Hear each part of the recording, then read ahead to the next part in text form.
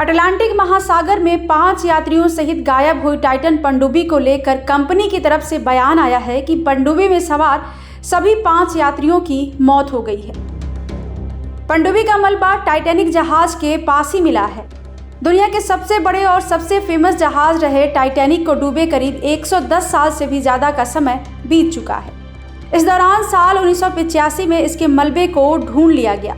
ऐसे में मन में सवाल ये उठ रहा है कि जब जहाज का मलबा ढूंढ लिया गया तो आज तक इसे समुद्र से बाहर क्यों नहीं निकाला गया, जिसके मलबे को देखने की ललक की वजह से हाल ही में 5 लोगों की और इससे पहले भी लोगों की जान चली गई थी। आपको तो पता ही है कि टाइटैनिक 10 अप्रैल 1912 को अपनी पहली यात्रा शुरू करने के ठीक 4 दिन बाद यानी कि 14 अप्रैल को नॉर्थ अटलांटिक महासागर में एक बड़े से बर्फ के टुकड़े से टकरा गया। इस जोरदार टक्कर में टाइटैनिक जहाज के 2 टुकड़े हो गए और ये समंदर में करीब 4 किलोमीटर गहराई में जाकर समा गया। इस हादसे में 1500 लोगों की जान चली गई।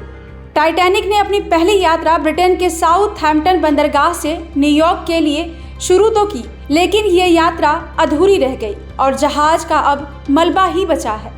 लगभग 70 सालों तक टाइटैनिक का मलबा समुद्र में करीब 4 किलोमीटर गहराई में पड़ा रहा, जिसे साल 1985 में पहली बार रॉबर्ट बलार्ड और उनकी टीम ने खोज निकाला। जहां जहाज डूबा है वहां चारों तरफ अंधेरा ही अंधेरा है। समंदर की गहराई में तापमान भी 1 डिग्री सेल्सियस है। इन विपरीत परिस्थितियों का सामना करते हुए किसी इंसान का इतनी गहराई में जाना और फिर जिंदा वापस लौटना मुश्किल होता है। ऐसे में यहाँ से मलबे को निकाल कर लाना तो बहुत दूर की बात है।